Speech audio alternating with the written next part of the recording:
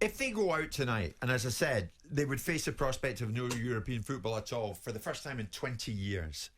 And this project, we all hear about projects. The Mikel Arteta project, of course, being the project in question with Arsenal. Would the Arsenal hierarchy have to sit down and think, where are we going with this?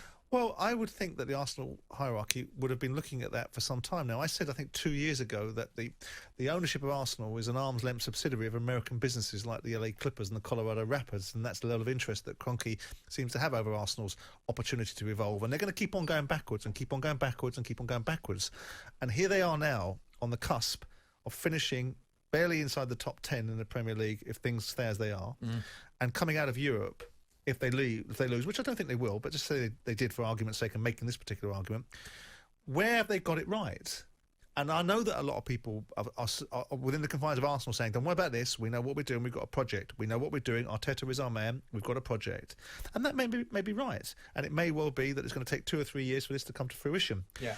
But when we see top managers having a period of time and being given a period of time, Lampard wasn't, for reasons that are Chelsea's own, and Ole Gunnar Solskjaer has been, and Jose Mourinho hasn't as yet, because he's only a proportion of the time in.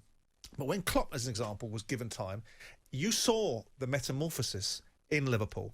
You saw them really becoming something that you were going, well, they're not far off here, this side. They're really difficult to play against, and they're compelling in games like Roma a couple of years ago when they were just running this side ragged. They look a really good side, and we can see what they're building. But 3 years in, actually, they haven't won anything. Oh, well, I'm going to say they exploded. I'm concerned that I'm not going to see that with Arteta, because I don't think that the health of that club is where it needs to be. Whatever you think of John Henry and Tom Werner at Liverpool for making certain things that Liverpool fans don't agree with, and decisions that they made about, you know, whether they took a furlough and things they've done in the past that people felt defied the image of Liverpool. They got the zeitgeist of sports and understand the dynamics of that football club. You would think Kroenke would have done, and Josh would have done, because of their association with Major League Sports in America, but they don't. And Arsenal has been on a systematic and systemic erosion over about 10 years, letting Wenger stay too long.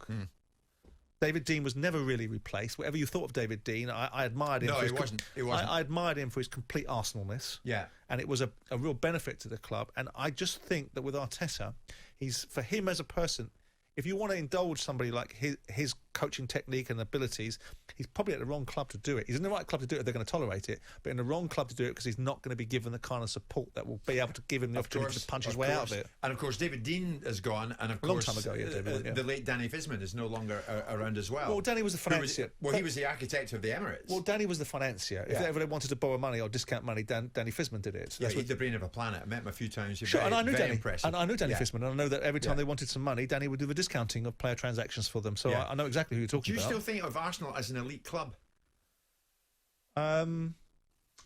For stature, yes. For achievement, you can't, can you? How can you? But then again, you run the argument that form is temporary, class is permanent. Arsenal are a classy football club in lots of ways. I mean, the two should go hand in hand, though, shouldn't they? Well, they should, but it depends what your benchmark is. Arsenal won the FA Cup last year, so they've won a trophy.